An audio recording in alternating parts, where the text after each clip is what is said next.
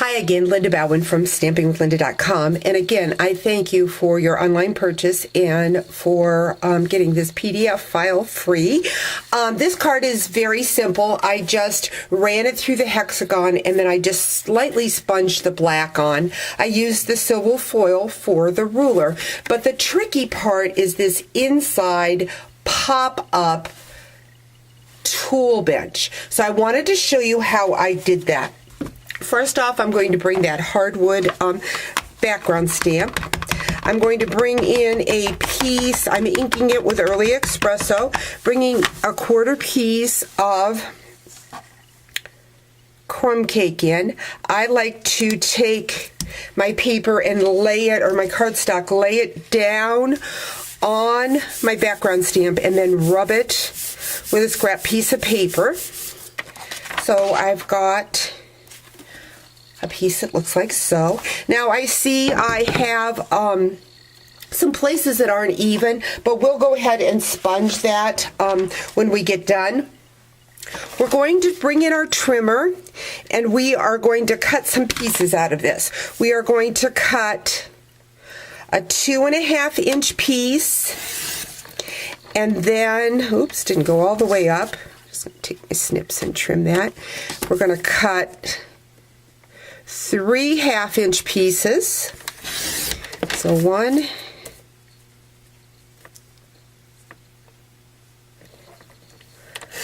2, and 3. And you're going to have a little sliver that's left over. Just kind of pitch that or put it in that pile of scraps that you keep. We're going to take the 2.5 by 5.5 and we're going to cut it down to 4.5 inches, and then along the shorter side, the 2.5 side, we are going to score it at 1/2 inch. So we're going to go in, score on both sides at 1/2 inch. Now this makes our bench. And like I said, you can then take your sponge dauber and go in and sponge along the edges if you like, if you've got any bare spots. I even sponged along those score lines, back and forth, like so. Then what we're going to do is we're going to come into our 1/2 inch strips, and one of them we are going to cut, let's switch this around, 2 2-inch pieces. So there's 1 2-inch and another 2-inch. Throw that piece away. Bring in another one and do the same. Now you can again go in and sponge around the edges of those if you want. We are also, on these two, we are going to score 1/2 inches. So 1/2 inch on both ends. We're going to bring in this third piece and we are going to, it's a 1/2 inch wide, we are going to cut it down to 4.5. Like so. Now I went ahead and I don't think I have an X-Acto knife here, but I slit 2 X-Acto knife slits in here, and that's what would hold my wrenches at the top. So along the top you would want to do that. Again, I didn't bring that over, but that will be easy for you to figure out. So what we're going to do is we're going to find our 2 pieces that have the 1/2 inch score line. I just used glue dots. You can use any type of adhesive, and these are the legs to your workbench. So you just want to put that leg in like so. Grab that other piece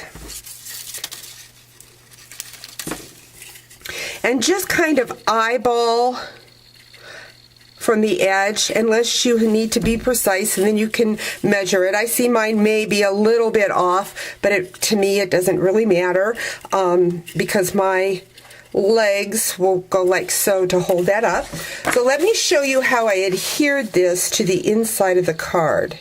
So I've taken that 5.5 by 8.5 inch piece of Whisper White. I'm going to go ahead and use the glue dots on the legs of that workbench. And I just want to go in and line it up. Just kind of put this at the top and see where my legs need to go. So put my legs down. So you want to make sure your legs are straight underneath. So see what I've done? I just pushed those glue dots down. This is not adhered at the back, but my legs are straight, and when my cards open, it will look like so. Then what I need to do is I need to just fold the workbench down like so. I'm just going to use snail adhesive and run across the back, and then I'm going to close my card, and when it opens, it pops up that workbench. Now, I see I did something wrong. I forgot to put my back pieces on. So do as I say, not as I do. So I'm just going to pull that off. I'm going to take those back pieces, remembering I want the wood grain facing down. So I've got that there. And that there. I'm going to go ahead and set that like so. I'm going to go ahead and put some adhesive where those pieces are.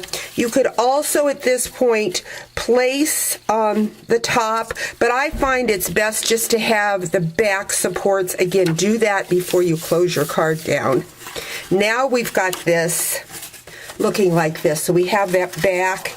Remember, I would have took the X-Acto knife and slit there, and then you're just going to glue that to the top. I would put my wrenches in first and then decorate it with the tools on your workbench.